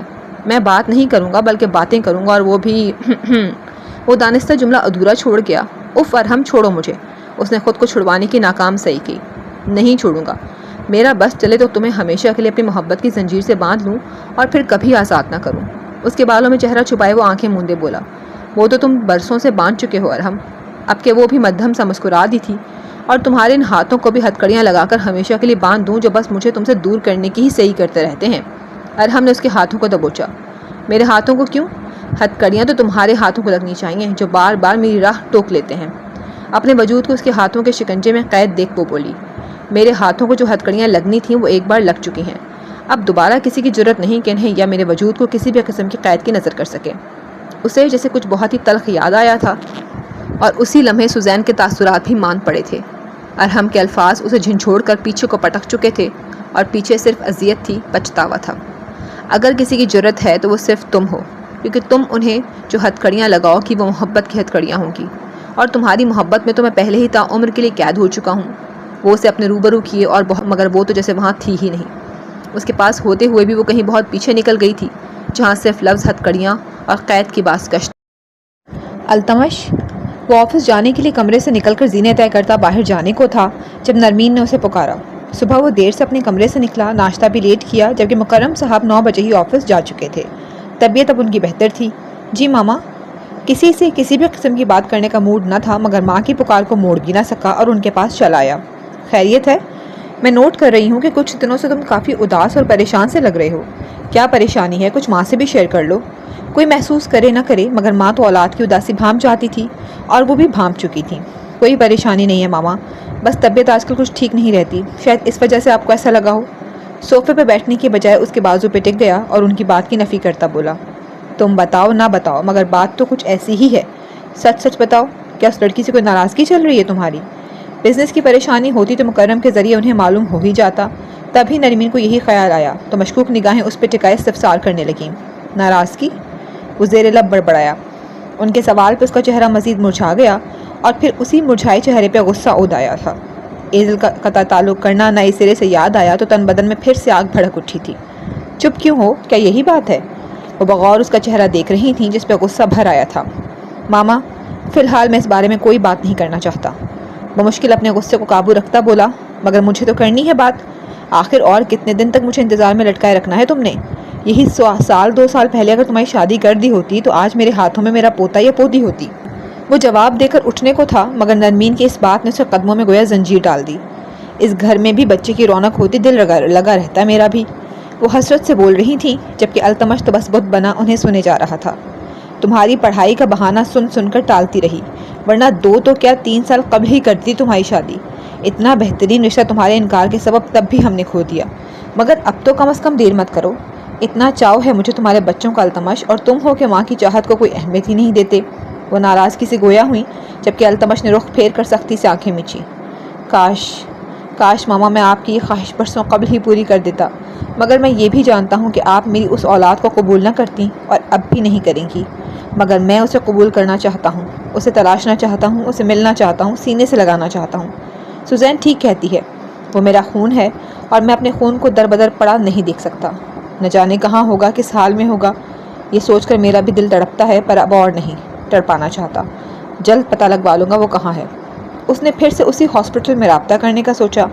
اب چپ کیوں ہو؟ بتاؤ مجھے، کیا میری خواہش غلط ہے؟ کس ماں باپ کو اپنے بچوں کی شادی اور اولاد کی چاہ نہیں ہوتی؟ کس کا دل نہیں کرتا نانی دادی بننے کا؟ یہ تو جب تم ماں باپ بنو گے تو تب سمجھو گے میری باتوں اور احساسات کو۔ وہ اس کی چپ پہ شکوہ کنہ لہجے میں بولی۔ کیسے بتاؤں ماما آپ کو کہ آپ کا بیٹا تو پہلے سے ہی باپ بن چکا ہے، مگر دیکھیں کیسا بدقسمت باپ ہوں کہ اپنی اولاد کی ہی خبر نہیں، وہ کہاں ہے کوئی ٹھکانے کا پتہ نہیں، یہ تک نہیں پتہ بیٹا ہے یا بیٹی۔ اس وقت اسے اپنا آپ واقعی بدقسمت لگ رہا تھا۔ آپ بھی کن باتوں کو لے کر بیٹھ گئی ہیں ماما؟ ابھی مجھے آفس جانا ہے، پھر بات کریں گے اس بارے میں۔ وہ بیزاریت سے جواب دے کر اٹھنا چاہتا تھا کہ وہ پھر سے بول اٹھیں۔ آفس کا بہانہ بنا کر میری باتوں سے پیچھا چھڑوانا تمہارا من پسند مشغلہ بن چکا ہے، مگر میری بات سن لو التمش، میں سنجیدہ ہوں۔ 1-2 دن کے اندر تم نے کوئی ڈھنگ کا جواب نہ دیا تو پھر بھول جانا اپنی مرضی کو، وہ وارن کرتی سختی سے بولیں۔ وہ جانتی تھیں کہ التمش کے آگے وہ اپنی مرضی نہیں چلا سکتی، مگر یہ دھمکی صرف اس لیے لگائی کہ اگر اس نے اس لڑکی سے یہ معاملہ ڈسکس نہیں کیا تو جلد کر لے۔ سوال جواب کی تو نوبت ہی نہیں آئی ماما۔ جس لڑکی کو میں نے چاہا اس نے مجھ سے جڑی ہر چاہت ہی ختم کر ڈالی، قطع تعلق کر لیا مجھ سے، ظلم کیا میری محبت کے ساتھ۔ بہت مشکل سے خود پر قابو کر رکھا ہے، ورنہ شاید ہر چیز تہس نہس کر دیتا۔ مٹھیاں بھینچتا وہ تکلیف سے سوچنے لگا۔ ماما کہہ تو رہا ہوں اس بارے میں بعد بیزاریت سے کہتا وہ اٹھ کر جانے کو تھا کہ بولنے کے دوران ہی اس کا موبائل بج اٹھا۔ اف، کس کی جان کو سکون! جھنجھلاہٹ سے ہڑبڑاتے ہوئے اس نے جیب سے موبائل نکال کر کال کرنے والے کے نام پہ نظر ڈالی تو زبان وہیں سن ہوئی۔ چہرے کے تنے تاثرات یکدم ڈھیلے پڑے۔ وہ فوراً سے قبل اٹھا اور سائٹ پہ جا کر جلدی سے کال اٹینڈ کر کے موبائل کان سے لگایا۔ ایک تو یہ لڑکا میری سمجھ سے باہر ہے۔ نرمین بھی بڑبڑاتی ہوئی وہاں سے اٹھ گئی۔ واٹ؟ گرفتار؟ مگر کیوں؟ میں نے کیا جرم کیا ہے؟ وہ حونقوں کی مانند انسپکٹر کو تکتا بولا۔ میں بتاتا ہوں کہ تم نے کیا جرم کیا ہے۔ تبھی ایک آواز اٹھی اور ارحم اور سوزی کے ساتھ ساتھ باقی سب کی نظریں بھی بولنے والے کی طرف اٹھیں۔ انسپکٹر کے پیچھے چھپا کھڑا شخص آگے آ گیا، جسے دیکھتے ہی ارحم کے دماغ میں گھنٹیاں سی بج اٹھیں۔ یہ تو وہی شخص تھا جس سے اس نے زبردستی سگنیچرز کروائے تھے، تو کیا یہ لے کر آیا تھا پولیس کو؟ تمہارا جرم یہ ہے کہ تم بندے لے کر زبردستی میرے آفس میں گھسے اور پھر میری زمین کے کاغذات پہ زبردستی مجھ سے دستخط کروا کر اسے ہتھیا لیا۔ اس وقت تو میں کچھ نہ کر سکا، مگر اب تمہیں چھوڑوں گا نہیں، تمہیں تمہارے اس جرم کی سزا ضرور دلواؤں گا۔ وہ ارحم کے روبرو کھڑا اس کی آنکھوں میں آنکھیں ڈالے بولا۔ ارحم کا کارنامہ اس نے سب کے سامنے کھول ڈالا تو ارحم نے نظریں چرانے کی بجائے مٹھیاں بھینچیں اور بولا۔ سوزین کو بھی ارحم کی صبح والی باتیں یاد آئیں۔ جانتی ہو نور، وہ جو آدمی تھا نا جس نے غیر قانونی طریقے سے رومان کی زمین پر قبضہ کر رکھا تھا، اس سے وہ زمین واپس حاصل کرنے کے لیے میں نے سائن کروا ہی لیے۔ اس قدر ڈھیٹ آدمی تھا کہ مجھے اپنی فطرت سے ہٹ کر اس کے ساتھ پیش آنا پڑا، مگر کام ہو گیا۔ تو کیا ارحم نے کوئی غلط طریقہ استعمال کیا؟ وہ کبھی ارحم تو کبھی اس شخص کو دیکھ رہی تھی جس کے سبب یہاں پولیس کھڑی تھی اور سب تماشا دیکھ رہے تھے۔ اس سے پہلے کہ تم اپنے کیے سے مکرو، پہلے یہ ضرور دیکھ لو۔ اس نے جیب سے موبائل نکال کر ایک ویڈیو چلائی جس میں ارحم چند آدمیوں کے ساتھ کھڑا، آدمی اس پہ گن تانے ہوئے تھے اور وہ اس کا گریبان پکڑے اسے غصے سے کچھ کہہ رہا تھا، جس کے بعد اس نے پیپرز پہ سائن کر دیے۔ یہ ویڈیو اس کیمرے میں ریکارڈ ہو چکی تھی جو ارحم کی نظروں سے اوجھل تھا۔ وہ نہیں جانتا تھا کہ اس کمرے میں کوئی کیمرے بھی موجود ہیں۔ ویڈیو دیکھنے کے بعد ارحم کچھ گھبرایا، مگر پھر یہ سوچ کر ساری گھبراہٹ عنقا ہو گئی کہ اس کا طریقہ بھلے ہی غلط صحیح، مگر اس نے کوئی غلط کام نہیں کیا، اس نے کسی کا حق اسے دلوایا ہے۔ وہ تمہاری نہیں بلکہ شیراز کے والد کی زمین تھی جس پہ تم نے قبضہ کر رکھا تھا۔ ویڈیو دیکھنے کے بعد ارحم بول اٹھا۔ وہ اس کے اس جھوٹ پہ تلملا اٹھا تھا کہ زمین اس کی تھی۔ شیراز اور مجھے اپنے پروجیکٹ کے لیے مزید زمین درکار تھی، تب اس نے مجھے بتایا کہ سالوں سے یہ آدمی اس کے والد کی زمین پر قبضہ کیے ہوئے ہے۔ تب میں نے اسے یقین دلایا کہ میں اسے اس کی زمین واپس دلوا کر رہوں گا۔ میں نے کوئی زبردستی نہیں کی بلکہ اپنے دوست کو اس کا حق واپس دلوایا ہے جس پہ یہ قبضہ کیے بیٹھا تھا۔ اگر آپ کو میری بات پر اعتبار نہیں تو آپ بے شک شیراز سے پوچھ لیں۔ وہ اب کے انسپیکٹر سے بولا اور پورے یقین سے بولا، واٹ؟ میرے ڈیڈ کی زمین؟ کون سی زمین، کون سا حق؟ کیا باتیں کر رہے ہو ارحم؟ شیراز جو کب سے اس تماشے سے لطف لے رہا تھا اب بول اٹھا۔ وہ ارحم کے سامنے آیا اور حیرت بھرے تاثرات لیے بولا تو ارحم اس کے لفظوں اور حیرت پہ پھٹی پھٹی آنکھیں لیے اسے دیکھنے لگا۔ وہی زمین جس کے بارے میں تم نے مجھے بتایا تھا اور کہا تھا کہ کسی طرح وہ کاغذات حاصل کر کے ان پہ دستخط کروا لوں، پھر ہمارے اس پروجیکٹ کو جگہ جگہ پھیلنے سے کوئی نہیں روک سکے گا۔ انفیکٹ تم نے ہی تو سارا پلان ترتیب دیا کہ میں کیسے اس میں کامیاب ہو سکتا ہوں۔ پچھلے ہفتے ہی تو ہماری اس پر ڈسکشن ہوئی تھی، تم اتنی بڑی بات کیسے بھول سکتے ہو؟ ابھی تک ارحم کو کچھ سمجھ نہ آیا تھا کہ ہو کیا رہا ہے، مگر سوزین سب سمجھ چکی تھی۔ یہ تم کیا باتیں کر رہے ہو ارحم؟ میری سمجھ میں نہیں آ رہا۔ میں بولوں گا تو تب جب میں نے ایسا کچھ کہا ہوگا۔ ہم نے صرف مارکی والی جگہ کا اپنے پروجیکٹ کے لیے انتخاب کیا تھا اور وہ ڈیل ہماری فائنل ہو چکی ہے آج سے کوئی 5 مہینے قبل ہی۔ اس کے بعد سے کسی نئے پروجیکٹ کو لے کر ہمارے بیچ تو کوئی بات ہی نہیں ہوئی۔ تمہارے مطابق وہ تمہارے ڈیڈ کی زمین تھی اور مجھے چاہیے تھی۔ اگر ایسا تھا تو میں اسے حاصل کرنے کے لیے تمہارا سہارا کیوں لیتا؟ یعنی سارا پلان میرا بنایا ہوا تھا، میں نے تمہیں بتایا کہ اسے کس طرح سے حاصل کیا جا سکتا ہے۔ واو، یعنی سب طریقے معلوم تھے مجھے، تو پھر میں نے خود ہی عمل کیوں نہ کر لیا؟ شیراز فوراً سے قبل ماتھے پہ آنکھیں رکھ چکا تھا، جبکہ ارحم کی حیرت کی کوئی انتہا نہ تھی۔ تم ایسا کیوں کہہ رہے ہو؟ کیوں اپنے کیے سے مکر رہے ہو؟ کیوں جھوٹ بول رہے ہو؟ سچ یہی ہے کہ اس سب کو کروانے میں تم مان کیوں نہیں لیتے؟ بتاؤ انہیں کہ وہ تمہارے ڈیڈ کی زمین۔ او شٹ اپ یار، اب بس بھی کرو مجھ پر الزام دھرنا۔ کرتوت تمہارے پکڑے گئے تو اب اپنا کیا مجھ پہ ڈال رہے ہو؟ شرم تو نہیں آتی اپنے دوست پر الزام لگاتے ہوئے؟ وہ چلا اٹھا تو اب کے ارحم کا بھی میٹر شارٹ ہوا۔ تم آخر کیوں جھوٹ بول رہے ہو؟ کس بات سے ڈر رہے ہو؟ انسپیکٹر میں نہیں جانتا یہ کیوں جھوٹ بول رہا ہے، لیکن اگر آپ کو سچ جاننا ہے تو میں آپ کو وہ کاغذات دکھانے کو تیار ہوں جس پہ اس آدمی اور شیراز کے سائن موجود ہیں۔ ارحم کسی صورت حقیقت کو جھوٹ میں تبدیل ہوتا دیکھنے کو تیار نہ تھا۔ اسے شیراز کی نظریں ماتھے پہ رکھ لینے پہ شدید غصہ آ رہا تھا، مگر ضبط کیے ہوئے تھا۔ جتنا سننا تھا سن لیا، اب جو بھی دکھانا اور سننا ہے تھانے جا کر۔ حوالدار لگاؤ اسے ہتھکڑیاں۔ انسپیکٹر جو کب سے چپ کھڑا سن رہا تھا اب بول اٹھا۔ 1 منٹ انسپیکٹر صاحب، بنا کسی ثبوت دکھائے میں اپنے ہاتھوں پہ ہتھکڑیاں نہیں لگواؤں گا۔ ارحم نے ہاتھ اٹھا کر انہیں وہیں روکا اور اپنے مینیجر کو فون کر کے فوراً آفس جا کر پیپرز لانے کا کہا۔ دیکھیے مسٹر ارحم، ہم یہاں کوئی عدالت لگانے نہیں کھڑے جو ثبوتوں کے انتظار میں لٹکے رہیں۔ یہ کام یا تو عدالت میں ہوتا ہے یا پھر تھانے۔ آپ کو ہمارے ساتھ چلنا ہوگا، جو بھی ثبوت ہے وہ وہیں پیش کیجیے گا۔ انسپیکٹر ارحم کا جاننے والا تھا، تبھی اس سے تمیز سے بات کر رہا تھا اور اس کا لحاظ کر رہا تھا، ورنہ اتنا وقت یہاں کھڑے ہو کر ان کی باتیں سننے کی بجائے کب کا اسے تھانے لے جا چکا ہوتا۔ ارے تھوڑی دیر رک جائیے نا انسپیکٹر صاحب، میں بھی تو دیکھوں مجھے جھوٹا ثابت کرنے کے لیے میرے دوست نے کون سا ثبوت منگوایا ہے۔ شیراز نے بھی مداخلت کی اور طنزیہ لہجے میں بولا، وہی ثبوت تو سب کو یہ بتلائے گا کہ کون سچا ہے اور کون جھوٹا۔ ارحم بھی اس کی آنکھوں میں دیکھتا ایک ایک لفظ چبا کر بولا، اوکے لیٹس سی۔ وہ شانے اچکا کیا، جبکہ اس کی اس قدر لاپرواہی پہ ارحم ٹھٹکا تھا۔ یہ آخر اتنا آرام دہ کیسے ہے؟ وہ یہ سوچے بغیر نہ رہ سکا، کیونکہ کاغذات سے اس کا جھوٹ پکڑا جانا تھا اور اس لحاظ سے تو اسے پریشان ہونا چاہیے تھا۔ ارحم کے ساتھ چپکی کھڑی سوزین نے بھرائی آواز میں دھیرے سے اسے پکارا، ارحم میں پریشان مت ہو سوزین، ابھی میں ان کو دکھا دوں گا کہ تمہارا شوہر بے قصور ہے۔ سوزین جو شیراز کے متعلق بتانے والی تھی، ارحم اسے ٹوک گیا تو وہ اندر ہی اندر آنسو پیتی چپ رہ گئی کہ ہاں ابھی ارحم انہیں کاغذات دکھا کر سچ سامنے لے آئے گا، پھر شیراز منہ چھپاتا پھرے گا۔ کچھ دیر بعد ہارون بھی چلا آیا۔ باس آپ کے کاغذات۔ اس نے آتے ہی اینولپ ارحم کو تھمانا چاہا، مگر انسپیکٹر نے اپنی دسترس میں لے لیا اور جلدی سے کھول کر دیکھنے لگ گیا، کیونکہ پہلے ہی کافی وقت برباد ہو رہا تھا۔ دیکھا آپ نے انسپیکٹر، اب تو آ گیا نا آپ کو یقین کہ یہ سب میں نے شیراز کے کہنے پہ اس کی خاطر کیا۔ اب تم بھی مان لو شیراز کہ یہ تمہارے والد کی ہی زمین تھی اور سزا مجھے نہیں اس آدمی کو ہونی چاہیے جس نے غیر قانونی قبضہ کر رکھا تھا۔ وہ پہلے انسپیکٹر، پھر شیراز اور آخر میں اس شخص کو دیکھتا بولا، غیر قانونی قبضہ اس نے نہیں بلکہ آپ نے کیا ہے مسٹر ارحم۔ انسپیکٹر نے بھویں اچکاتے ہوئے کرخت لہجے میں کہا، میں نے؟ ارحم الجھن بھرے تاثرات لیے بڑبڑایا، جی بالکل آپ نے۔ یہ کہتے ہوئے انسپکٹر نے کاغذات اس کی جانب بڑھائے۔ ارحم نے کاغذات تھامے اور جیسے ہی ان پہ نظر ڈالی تو گویا پتھر کا ہو گیا۔ پتھر تو پہلو میں کھڑی سوزین بھی ہو گئی تھی۔ یہ کیسے ہو سکتا تھا؟ ارحم کیسے ایسا کر سکتا تھا؟ مگر نہیں، اسے ارحم پہ یقین تھا۔ واٹ دا ہیل از دس؟ وہ چلا اٹھا، کیونکہ ان پہ دستخط شیراز کے نہیں بلکہ ارحم ہی کے تھے، یعنی اس لحاظ سے وہ زمین شیراز کی نہیں ارحم کے نام ہوئی تھی۔ یہ جھوٹ ہے، یہ دستخط میں نے نہیں کی، یہ تم کہاں سے لائی؟ یہ جھوٹ ہے۔ وہ ہارون پر بھی چلایا۔ باس، یہ بالکل وہی کاغذات ہیں جو آپ نے منگوائے ہیں۔ آپ کے مین ڈراور میں مسٹر شیراز کے نام سے یہی انویلپ موجود تھا۔ انفیکٹ اس کے علاوہ وہاں اور کوئی کاغذات نہیں تھے۔ ہارون اپنی صفائی میں جلدی سے بولا، ہاں میں مانتا ہوں کہ وہاں صرف یہی کاغذات تھے، مگر ان پر میرے دستخط نہیں تھے، ان پر تو… اس سے آگے ایک لفظ بھی مت بولنا ارحم، بہت کڑی تم نے الزام تراشی۔ اب کے شیراز بول اٹھا، میرے ہی گھر میں کھڑے ہو کر مجھ پر ہی الزام لگا رہے ہو؟ شرم آ رہی ہے مجھے تمہیں اپنا دوست کہتے ہوئے۔ شرم تو مجھے آنی چاہیے کہ دوست کی صورت میں سانپ پال رہا تھا۔ تم اتنے گھٹیا نکلو گے میں نے سوچا بھی نہیں تھا۔ یہ سب تم نے کیا ہے نا؟ ارحم کی برداشت کی حد جواب دی تو اسے ٹوکتا ہوا پھنکار اٹھا۔ دیکھ لیں انسپکٹر صاحب، اب اس کا یہ بھی کہنا ہے کہ میں نے کاغذات بھی تبدیل کروا دیے۔ بتائیے، ماننے میں آتی ہے کیا یہ بات؟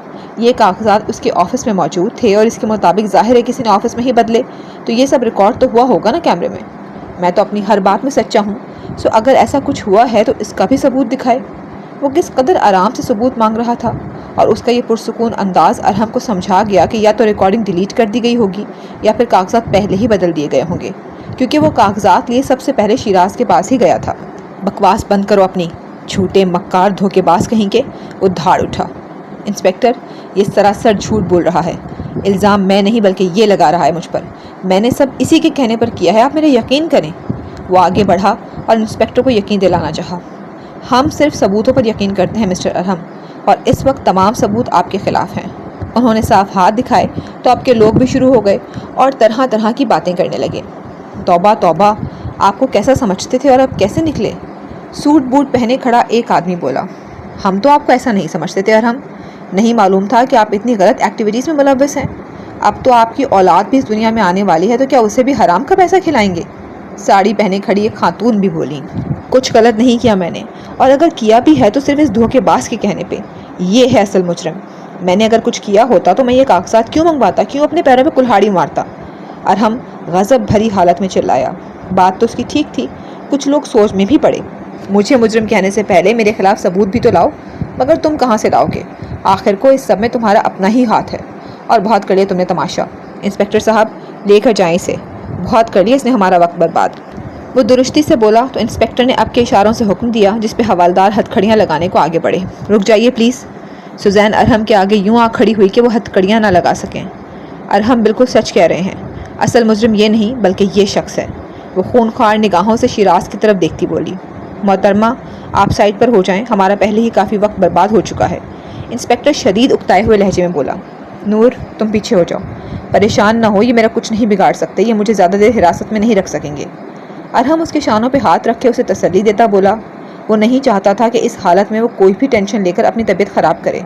نہیں ارحم، مجھے بتانے دو کہ یہ تمہارے خلاف سوچی سمجھی سازش ہے جو اس آدمی نے رچائی ہے۔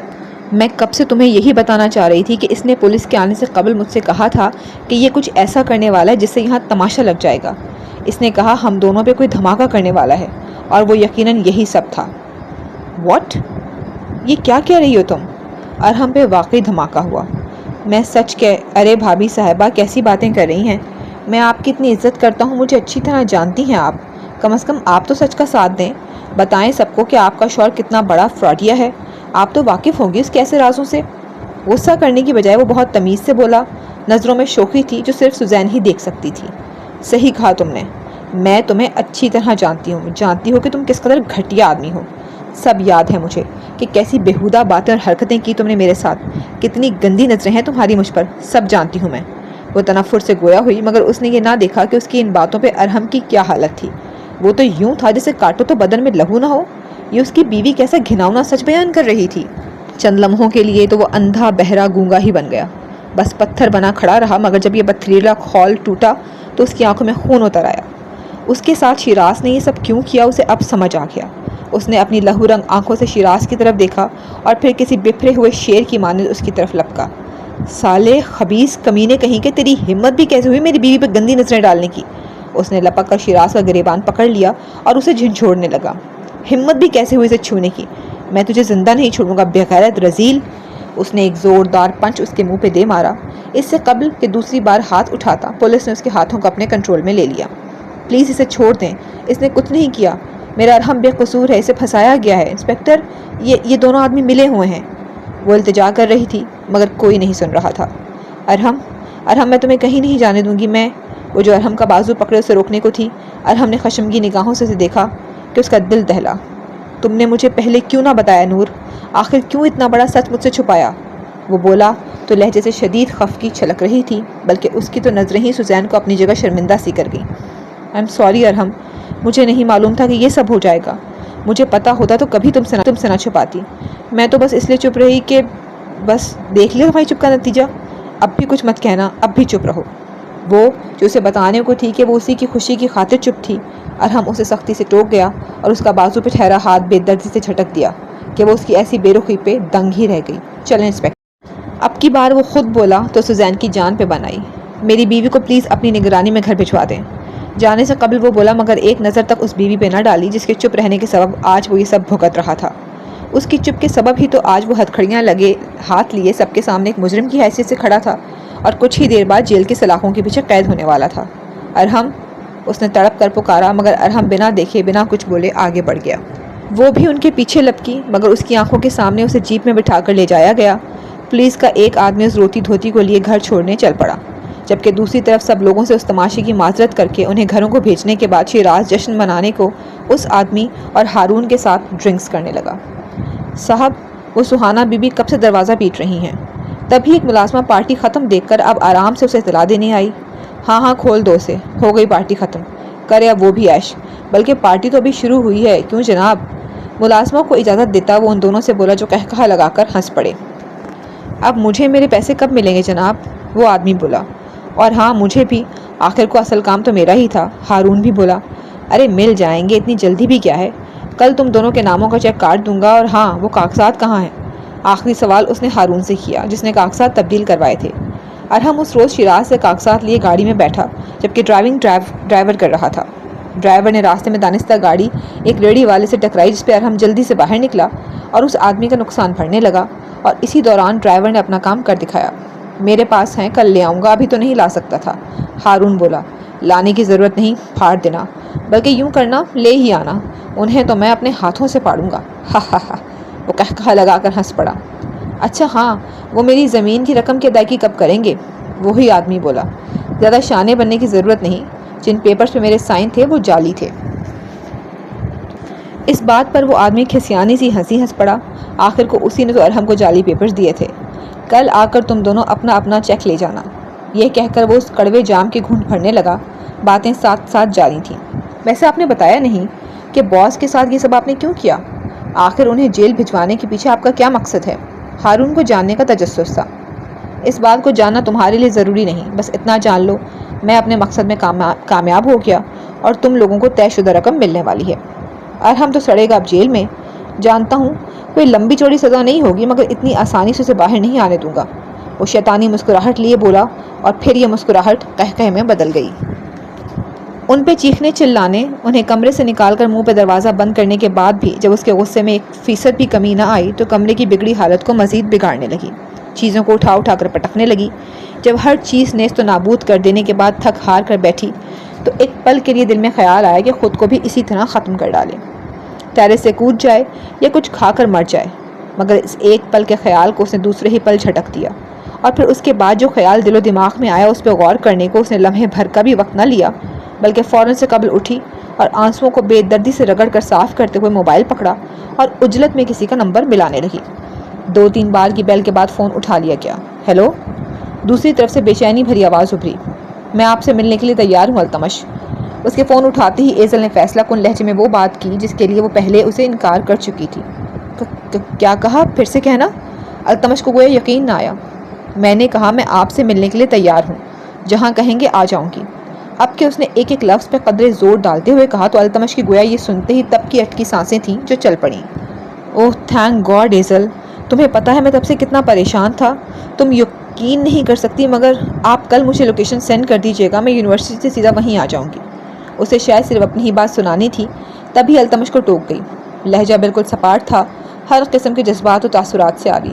تم کیوں یار، میں ہوں نا، میں پک کر لوں گا تمہیں، تم جب فری ہو جاؤ تب مجھے بس ایک کال یا میسج کر دینا۔ وہ بنا اس کے لہجے یا ٹوکنے کا برا منائے دل کھول کر بولا۔ کھل ہی تو اٹھا تھا وہ، ایزل کی کال آنا، اس کا ملنے کے لیے مان جانا اس کے لیے تپتی دھوپ میں گویا چھاؤں بھری بہار لے کر آیا تھا۔ اوکے، اتنا کہہ کے ایزل نے فوراً سے کال کٹ کر دی۔ تھینک یو سو مچ ایزل کہ ہیلو ہیلو، وہ ہیلو ہیلو کرتا رہ گیا۔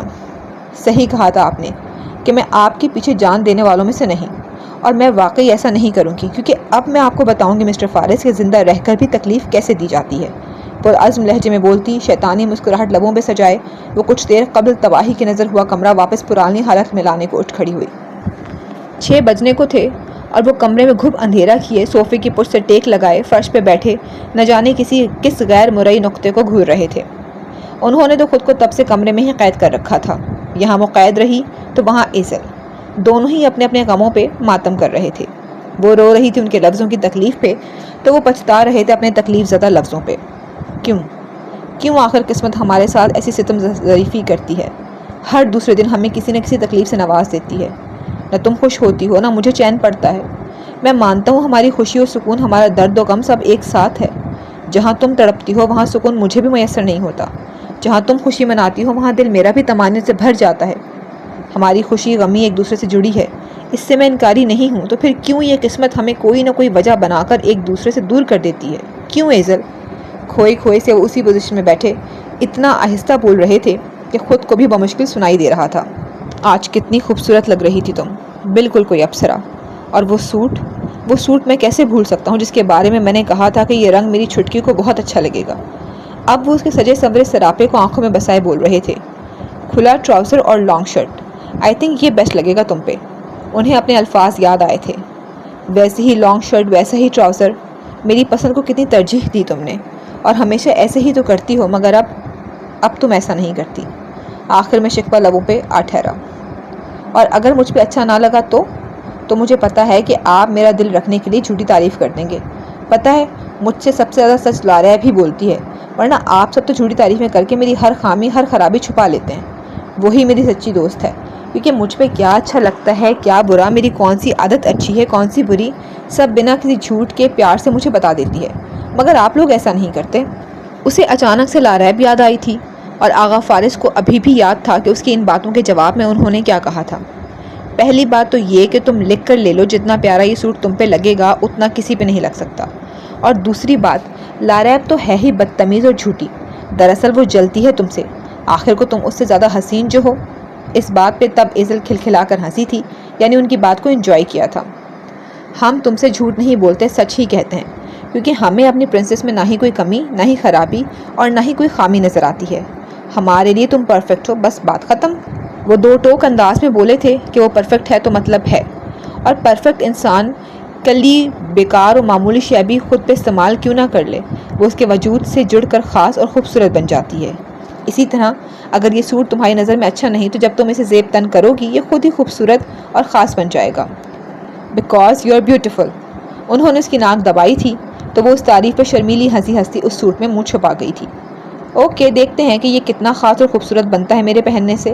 چہرہ اٹھا کر وہ بولی تھی، دیکھ لینا، تم اپنے منہ سے کہو گی کہ اس سوٹ اور رنگ کو لے کر آغا کتنا صحیح کہتے تھے۔ مجھ سے پہلے تم خود بھی اپنی تعریف کرنے سے رہ نہیں پاؤ گی۔ جس سوٹ کو لے کر ان دونوں کے بیچ اتنی لمبی چوڑی باتیں ہوئی تھیں اسے وہ بالکل نہیں بھول سکتے تھے، تو پھر آج کیسے نظر انداز کر دیتے؟ آج کیسے نہ ان کی نظریں اپنی پسند پہ ٹھہرتی؟ تم یقیناً اپنے آغا کو دکھانے آئی ہوگی نا، اور یہ تو ممکن ہی نہ تھا کہ میری پسند کو پہن کر مجھ ہی سے نہ پوچھتی کہ میں کیسی لگ رہی ہوں آغا۔ ارے میری جان، تم سے پیارا تو کوئی ہے ہی نہیں، چاہے تم کوئی بھدا سا جوڑا ہی پہن لو تم تو اس میں بھی شہزادی ہی لگو گی، وہ بھرائی آواز میں بولے، مگر لب اس تعریف میں مدھم سا مسکرائے تھے۔ میری پسند اوڑھ کر کتنے مان سے آئی تھی تم میرے پاس، مگر میں نے کیا کیا؟ اس جوڑے اور تیاری سے منسلک تمہاری حسرتوں خواہشوں کا آج کتنے دنوں بعد میں نے اپنی نک سک سجی چھٹکی کو دیکھا تھا، بلکہ میں تو جی بھر کر دیکھ بھی نہ پایا تمہیں۔ اف، کاش میں وہ سب نہ کہتا، یا کاش تم وہ سب نہ سنتی۔ پچھتاوا بری طرح گھیرے ہوئے تھا، اب کس طرح مناؤں تمہیں؟ تمہیں منانا تو چٹکیوں کا کام ہے، یہ سوچ تو اب جیسے خواب بن کر رہ گئی ہے، کیونکہ اب تمہیں منانا بہت مشکل ہے ایزل، بہت ہی مشکل۔ مگر میں اپنی کوشش ترک نہیں کروں گا، کچھ بھی ہو جائے میں تمہیں ناراض نہیں رہنے دے سکتا، تمہیں دن رات مزید تکلیف سہنے کے لیے نہیں چھوڑ سکتا جو تمہیں میری ذات سے حاصل ہوئی ہے، وہ پرعزم لہجے میں بولے، کیونکہ انہیں ہر حال میں اپنی پرانی چٹکی واپس چاہیے تھی۔ جان، وہ کب سے بول رہا تھا مگر وہ ہنوز لب بستگی اختیار کیے ہوئے تھی۔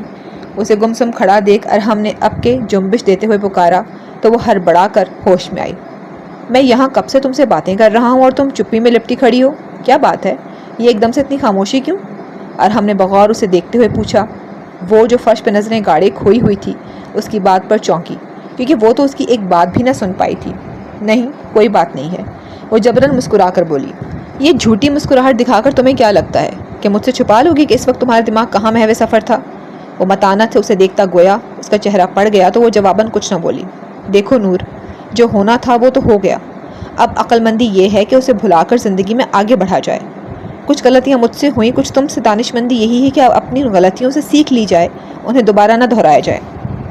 ایک پرسکون حال کے ہوتے ہوئے بھی انسان کا تلخ ماضی میں جیتے رہنا سراسر بے وقوفی ہے، حماقت ہے، اور تم یہ حماقت آئے روز کرتی ہو۔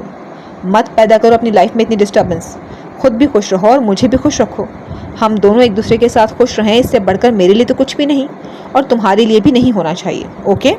اسے کوہنیوں سے تھامے ہمیشہ کی طرح وہ پیار سے سمجھا رہا تھا۔ سمجھ رہی ہو نا؟ اب بالکل بھی کچھ یاد کر کے اپسیٹ نہیں ہونا۔ سمجھ گئی، اس نے دھیرے سے کہنے کے ساتھ سر کو اسبات میں جنبش تھی تو وہ مسکرایا۔ چلو جاؤ اب، جہاں بھی جا رہی تھی مجھے خود سے دور کر کے۔ اپنے سابقہ موڈ میں آتا وہ کچھ شکوے بھرے انداز میں بولا۔ اوفو ارحم، میں تو حالہ کے پاس جا رہی تھی، اس کی نینی کو کہنے کہ اسے تیار کرتے۔ اس نے اب کی وجہ بتائی تو ارحم نے نہ روکا۔ وہ جلدی سے کمرے سے نکل گئی تو اب کی بار اداس ہونے کی باری ارحم کی تھی۔ اسے بھی گزرا وقت کبھی کبھی ناک کی مانند ڈستا تھا، اسے بھی گزرے برس کی اذیتوں میں لپٹے کچھ دن کوڑے کی مانند خود پہ برستے محسوس ہوتے تھے، مگر اس میں اور سوزین میں فرق یہ تھا کہ اس کی اداسی چہرے سے عیاں ہو جاتی تھی، جبکہ ارحم اپنے دل و دماغ میں بیٹھے غموں کو اندر تک ہی محدود کر لیا کرتا تھا کہ چہرے سے شبہ تک نہ ہوتا کہ اس کے اندر کتنا درد ہے۔ وہ سوزین کو تو سمجھا دیتا تھا مگر کبھی کبھی اپنا دل سنبھالے نہیں سنبھلتا تھا۔ I am sorry Noor, I am really sorry, میری زندگی کی سب سے بڑی خطا تھی اس خبیث سے تعلق قائم کرنا۔ کوستا ہوں میں اس دن کو جب میں نے تمہیں اس سے ملوایا، پچھتاتا ہوں میں بھی اور شاید تم سے زیادہ، کیونکہ تم نے تو جو بھی کیا میری خاطر کیا۔ پچھتاوا اس کے چہرے اور لہجے سے واضح چھلک رہا تھا۔ ایک سچ تم نے مجھ سے چھپایا، جبکہ ایک سچ وہ ہے جو میں تم سے چھپا رہا ہوں، اور میں بھی تو تمہاری خاطر ہی ایسا کر رہا ہوں، مگر میں جلد تمہیں بتا دوں گا کہ انفیکٹ تمہیں سرپرائز دوں گا، بس صحیح وقت کا انتظار ہے تاکہ تمہیں زیادہ تکلیف نہ سہنی پڑے۔ وہ کون سا سچ تھا جس کو بتانے کے لیے اسے صحیح وقت کا انتظار کرنا پڑ رہا تھا، اور وہ صحیح وقت نہ جانے کب آنا تھا؟ تم کہاں جا رہے ہو فارس؟ شائستہ انہی کے کمرے میں آ رہی تھی جب انہیں کمرے سے نکلتا دیکھ ٹھٹک کر پوچھا، کیونکہ وہ سوٹ بوٹ پہنے کہیں جانے کی تیاریوں میں تھے۔ بھول گئی آپ؟ آج سٹچز کھلنے ہیں میرے۔ وہ مصنوعی مسکراہٹ لبوں پہ سجائے بولے تو شائستہ نے افسردگی بھری نگاہوں سے اس کی طرف دیکھا، کیونکہ وہ جانتی تھیں یہ مسکراہٹ سچی نہیں بلکہ جھوٹی ہے۔ میں صبح سے تمہارے دروازے پہ نظریں لگائے بیٹھی تھی، کتنی بار دستک دی، کتنی بار کہا ناشتہ کر لو، مگر تم نے دروازہ نہ کھولا۔ میری جان، کسی سے بات کرنے کا دل نہیں تھا تو مت کرتے، مت نکلتے کمرے سے باہر، کم از کم اندر ہی صحیح مگر ناشتہ تو کر لیتے۔ وہ بے بسی بھری صورت لیے بولی۔ میری فکر مت کرے ماما۔ انہوں نے دانستہ ماں کی طرف دیکھنے سے گریز کیا۔ کیسے فکر نہ کروں میں؟ کل کا نہ تم نے لنچ کیا، نہ ہی ڈنر، اور نہ اب ناشتہ کیا۔ میرا بچہ کل سے بھوکا ہے، ماں تو تڑپے گی ہی نا۔ شائستہ کی آنکھیں بھر آئیں تو آغا فارس کو ایک دم خیال آیا کہ جب انہوں نے کچھ نہیں کھایا تو ان کی ماں نے بھی یقیناً نہیں کھایا ہوگا، اور یہ خیال آتے ہی انہیں ان کے لیے بہت برا محسوس ہوا۔ آئی ایم سوری ماما، اس وقت کچھ زیادہ ہی اپسیٹ تھا، مگر اب واقعی بھوک لگ رہی ہے، چلیں چل کر کھانا کھاتے ہیں۔ انہوں نے چہرے پہ شرمندگی بھرے تاثرات لانے کی صحیح کرتے ہوئے جھوٹ بولا، کیونکہ ایک دن کا بھوکا ہونے کے باوجود بھی ان کا حلق ایک قطرہ پانی کا بھی طلبگار نہ تھا۔ میں ابھی لگواتی ہوں میرے بیٹے کے لیے کھانا۔ شائستہ تو نہال ہی ہو گئی تھیں۔ ہاں پلیز تھوڑا جلدی لگوا دیں، انہوں نے کڑائی پہ بندی گھڑی پہ وقت دیکھتے ہوئے کہا۔ سٹچز کھلوانے سے قبل انہیں ایک ضروری میٹنگ اٹینڈ کرنی تھی۔ ہمدانی صاحب سے جو فاریہ نے ان کے کہنے پہ میٹنگ بک کروائی تھی وہ آج تھی۔ ان کا کہیں بھی جانے کا کوئی ارادہ نہ تھا، مگر کبھی حارث، کبھی فاریہ، تو کبھی خود ہمدانی صاحب کی کال آ رہی تھی کہ ناچار انہیں بند کمرے سے نکلنا ہی پڑا۔ آغا فارس نے دل مار کر صرف ماں کی خاطر آدھی روٹی کھائی، اس سے زیادہ کچھ بھی ان کے حلق سے اتر نہ پایا۔ آدھی روٹی کھا کر انہوں نے ہاتھ واپس کھینچ لیے اور پانی کے گھونٹ حلق سے اتارنے لگے۔ شائستہ بھی بغور انہیں ہی دیکھ رہی تھی، جانتی تھیں کہ اتنا سا بھی انہوں نے مشکل سے کھایا ہے، تبھی مزید کھانے کو فورس نہ کیا۔ تم ٹھیک تو ہونا فارس؟ انہوں نے فکرمندی سے انہیں چھوتے ہوئے پوچھا۔ آپ کو کیسا لگ رہا ہوں؟